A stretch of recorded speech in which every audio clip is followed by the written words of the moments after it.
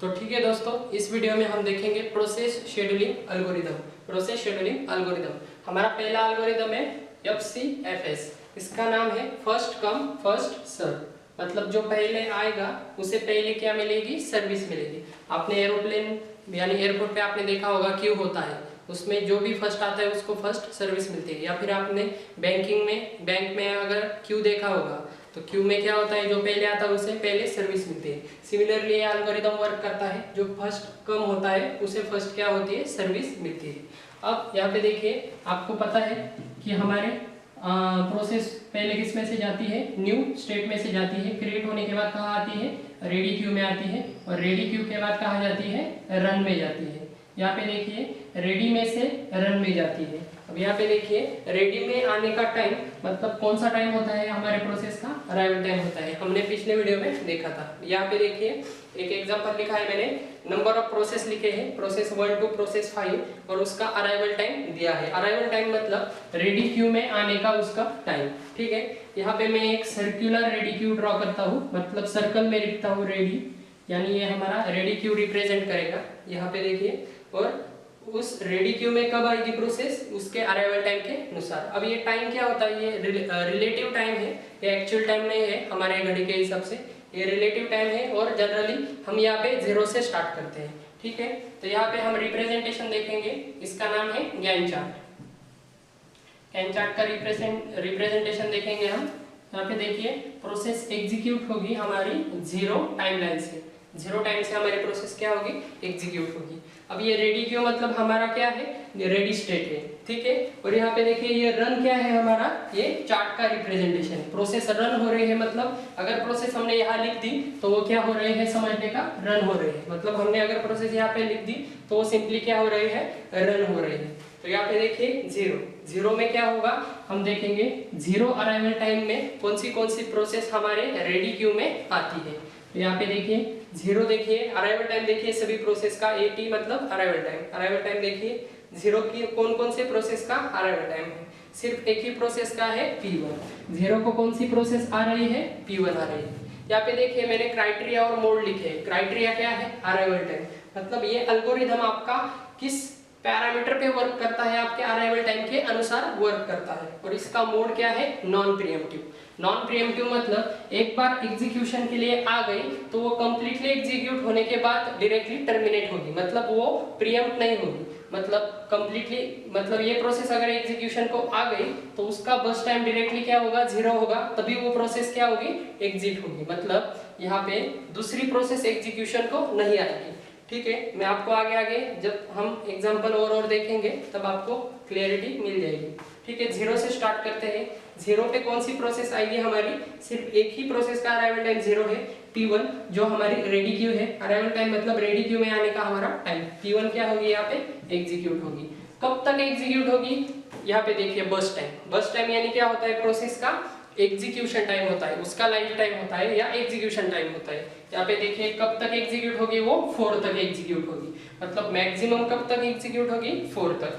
4 होने के बाद यहाँ पे 4 का क्या होगा, 0 हो जाएगा बस टाइम। और 0 होने के बाद यहाँ पे ये प्रोसेस क्या हो जाएगी, सिंपली टर्मिनेट हो जाएगी। यानी यहाँ पे देखिए 0 से 4 तक एग्जीक्यूट होने के बाद ये प्रोसेस क्या हो जाएगी, टर्मिनेट हो जाएगी। यहाँ पे देखिए मैंने डिवाइड नहीं की है प्रोसेस किसी पार्ट में, इसलिए कंप्लीटली एग्जीक्यूट हो रही है, क्योंकि ये मोड कौन सा है, नॉन प्रीएम्प्टिव मोड है। ठीक है, हम जब प्रीएम्प्टिव मोड देखेंगे तब इन दोनों में का आपका डिफरेंस समझ में आ जाएगा आपको। ठीक है, यहाँ पे देखिए ये सर 0 लिखने की भी जरूरत नहीं है, ये मैं आपको समझने के लिए लिख लिया था। ठीक है, यहाँ पे देखिए 0 से 4 तक एग्जीक्यूट होगी, P1 क्या हो गई, टर्मिनेट होगी। अब यहाँ पे देखिए 0 के बाद और 4 पकड़ के 4 के पहले कितनी प्रोसेस आई। अब यहाँ पे देखिए 0 के बाद क्या आया होगा, हमारा 1 आया होगा, 2 आया होगा, 3 आया होगा और 4 आया होगा। अब यहाँ पे देखिए 0 के बाद 1, 2, 3 एंड 4, ये 4 नंबर आए हैं। तो यहाँ पे देखिए इस 4 नंबर में कौन सी प्रोसेस आ रही हुई है, वो हमें कहाँ लिखनी होगी, हमारे रेडी क्यू में लिखनी है।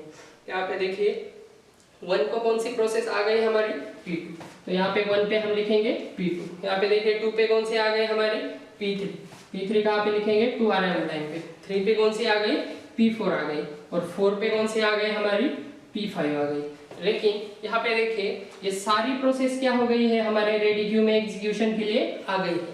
लेकिन इन सभी प्रोसेस में से हम किस प्रोसेस को एग्जीक्यूट करेंगे, हमारा जो क्राइटेरिया है उसके हिसाब से, मतलब अराइवल टाइम के हिसाब से। अराइवल टाइम कैसा चाहिए, हमारा लेस चाहिए, जिसका अराइवल टाइम सबसे कम होगा या लेस होगा, मतलब वो पहली अराइव हुई है, करेक्ट है।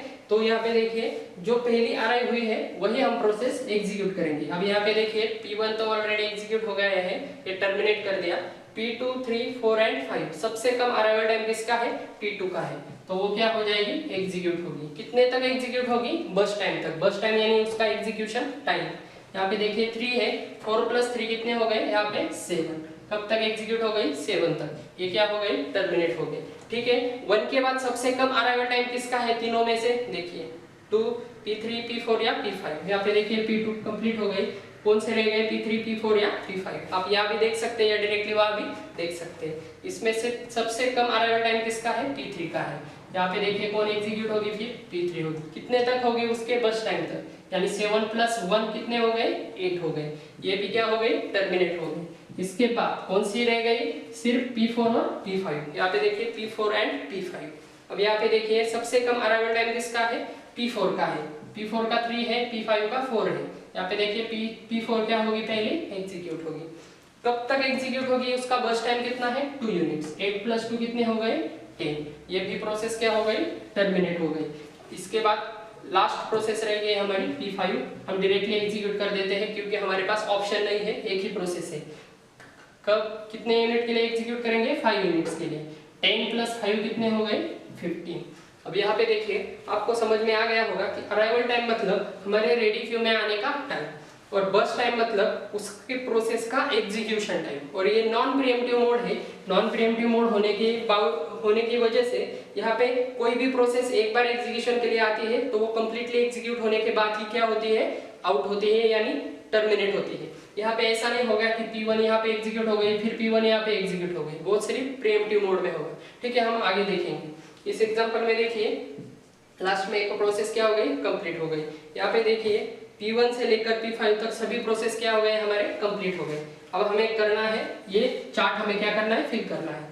यहाँ पे देखिए कंप्लीशन टाइम। कंप्लीशन टाइम का मैंने आपको फॉर्मूला बताया था, क्या होता है, हमारा प्रोसेस का फिनिश टाइम होता है। कंप्लीशन टाइम देखने के लिए हमें राइट से कहाँ देखना पड़ेगा, लेफ्ट देखना पड़ेगा। यहाँ पे देखिए हमने जो चार्ट ड्रॉ किया है उसमें कहाँ से देखेंगे, हम राइट से कहाँ देखेंगे, लेफ्ट को देखेंगे। यहाँ पे देखिए सबसे पहली कौन सी प्रोसेस आई है, P5 आई है। यहाँ पे देखिए 2 वर्टिकल लाइंस है, इस 2 वर्टिकल लाइंस में से हमें कौन सी चूज करनी है, सेकंड चूज करनी है, क्योंकि ये लाइन क्या हो गई, आपके इस प्रोसेस का क्या हो गया, कंप्लीशन टाइम होता है, यानी 15 क्या हो गया, इस प्रोसेस का कंप्लीशन टाइम हो गया। यानी यहाँ पे देखिए P5 में जो भी कंप्लीशन टाइम का ब्रैकेट है उसमें क्या लिखेंगे, हम 15 लिखेंगे। उसके बाद कौन सी प्रोसेस आई है, P4 आई है। P4 का क्या है कंप्लीशन टाइम, 10, क्योंकि यहाँ पे देखिए हॉरिजॉन्टल लाइन में से, सॉरी वर्टिकल लाइन में से हम कौन सी लेंगे, सेकंड लाइन। ये क्या होता है, इसका कंप्लीशन टाइम। यहाँ पे देखिए 10 आ गया है। P4 में क्या लिखेंगे, हम 10 लिखेंगे। उसके बाद P3 है, P3 का क्या है, 8। यहाँ पे P3 का 8, यहाँ पे P2 का 7, उसके बाद यहाँ पे P1 का क्या हो गया, 4 हो गया।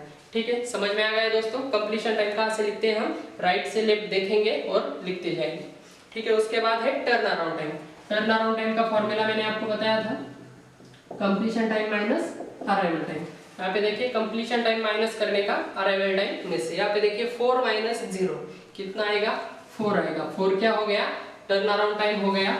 किस प्रोसेस के लिए, P1 प्रोसेस के लिए। आप P2 प्रोसेस को देखते हैं, 7 - 1 कितना हो गया, 6 क्या हो गया इस प्रोसेस का टर्न अराउंड टाइम। सिंपली फॉर्मूले में वैल्यू पुट कीजिए, आपका आंसर आ जाएगा। 8 - 2 कितने हो गए, 6। उसके बाद 10 - 3 कितने हो गए, 7। उसके बाद देखिए 15 - 4 कितने हो गए, 11। सिंपली आपका टर्न अराउंड टाइम आ गया। उसके बाद देखिए वेटिंग टाइम। वेटिंग टाइम का फॉर्मूला मैंने आपको बताया था, turn around time minus burst time. यहाँ पे देखिए टर्न अराउंड टाइम किस में माइनस करने का, बर्स्ट टाइम में से क्या करने का, माइनस करने का। 4 - 4 कितना आ गया, 0। यहाँ पे देखिए 6 - 3 कितना आ गया, 3। 6 - 1 5। उसके बाद 7 - 2 5। यहाँ पे देखिए 11 - 5 6। यहाँ पे देखिए यहाँ पे 0 वेटिंग टाइम क्यों आ रहा है। यहाँ पे एक ही केस हो सकती है, जब वो प्रोसेस अराइव हुई है उसी टाइम पे एग्जीक्यूट अगर हो गई है तो वो क्या होगा, उस प्रोसेस के लिए वेटिंग टाइम क्या आएगा, 0 आएगा। यहाँ पे देखिए प्रोसेस रेडी क्यू में कब आई है, 0 में आई है, 0 वेटिंग यानी 0 टाइम में आई है, और एग्जीक्यूशन भी कभी स्टार्ट हो गया है उसका, 0 को ही स्टार्ट हो गया है। इस वजह से P1 प्रोसेस का वेटिंग टाइम क्या आ गया है, 0 आ गया है। ठीक है, जैसे जैसे हम एग्जांपल सॉल्व करेंगे आपको आइडिया लगता जाएगा। ठीक है, रिस्पांस टाइम का क्या फॉर्मूला है, response time is equals to first time process get schedule minus arrival time. यहाँ पे देखिए प्रोसेस फर्स्ट टाइम कब शेड्यूल हुई, यहाँ पे देखिए P1 फर्स्ट टाइम एग्जीक्यूशन को कब आई, यहाँ पे देखिए 0 को क्या हुआ है, P1 का पहले एग्जीक्यूशन स्टार्ट हुआ है, मतलब 0 minus arrival time, 0 minus P1 का अराइवल टाइम, 0 माइनस 0 कितना आएगा, 0 आएगा।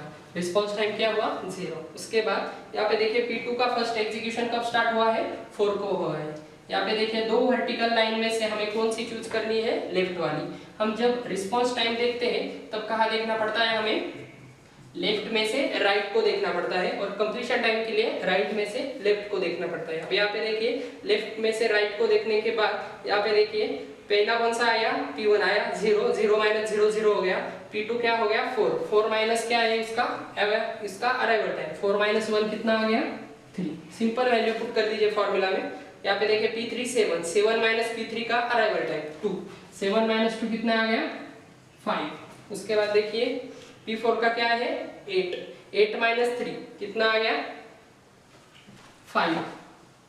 उसके बाद देखिए 10, 10 माइनस क्या है, 4 कितना आ गया, 11। सिंपली रिस्पांस टाइम भी आपका क्या हो जाएगा, आ जाएगा। ठीक है दोस्तों, अब आपको अगर एवरेज टर्न अराउंड टाइम निकालना है तो कैसे निकालेंगे, उसका फॉर्मूला देखिए। Average turn around time is equals to total turn around time divide by number of process. यहाँ पे देखिए टोटल टर्न अराउंड टाइम क्या है हमारा, सबके एडिशन कर दीजिए, 4 plus 6 plus 6 plus 7 plus 11 divide by number of process. Number of process कितने हैं हमारे, टोटल 5 है। यहाँ पे हमने अगर कैलकुलेशन किया 34/5, यह आएगा आपका 6.8। ठीक है, उसके बाद यहाँ पे देखिए average waiting time, average waiting time का भी सेम फॉर्मूला है, total waiting time divide by number of process. यहाँ पे देखिए टोटल वेटिंग टाइम कितने हैं हमारे, यहाँ पे देखिए 0 plus 3 plus 5 plus 5 plus 6 divide by 5, क्योंकि नंबर ऑफ प्रोसेस कितने हैं, 5। टोटल अगर हमने कर दी 25/5, इसका आंसर कितना आएगा हमारा, 5 आएगा। ये क्या हो गया, आपका एवरेज वेटिंग टाइम हो गया। इसके बाद देखिए थ्रूपुट, थ्रूपुट कैसे निकालें। थ्रूपुट का मैंने आपको डेफिनेशन बताया था, throughput is nothing but number of process execute per unit time. ठीक है, टोटल नंबर ऑफ प्रोसेस कितने हैं हमारे, 5 प्रोसेस कितने यूनिट में एग्जीक्यूट हो रहे हैं।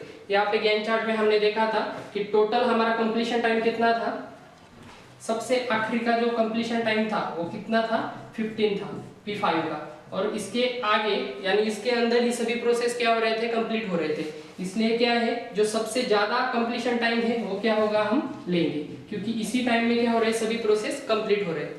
थ्रूपुट क्या है, total number of process executed per unit time, 5 divide by number of process divide by total completion time. यहाँ पे देखिए इसका जो भी आंसर आएगा वो क्या होगा, आपका थ्रूपुट होगा। ठीक है दोस्तों, यहाँ पे देखिए एक इंपॉर्टेंट नोट है, यहाँ पे हमने क्राइटेरिया लिया है अराइवल टाइम। इसका क्राइटेरिया क्या है, अराइवल टाइम। अगर अराइवल टाइम सेम है, अगर आप दो प्रोसेस का अराइवल टाइम अगर सेम है, यानी इसका 0 इसका भी 0 है, तो दोनों में से पहले एग्जीक्यूट कौन सी करेंगे हम गैंट चार्ट में, कौन से एग्जीक्यूट करेंगे। तो नेक्स्ट क्राइटेरिया क्या होगा हमारा, प्रोसेस आईडी। जिसका प्रोसेस आईडी लेस होगा वो क्या करेंगे, हम एग्जीक्यूट करेंगे। ठीक है, मैं नेक्स्ट एग्जांपल में आपको डिटेल में बता देता हूँ।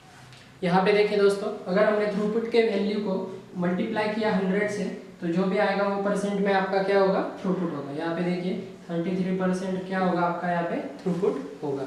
ठीक है दोस्तों, तो इस वीडियो में इतना ही, थैंक यू।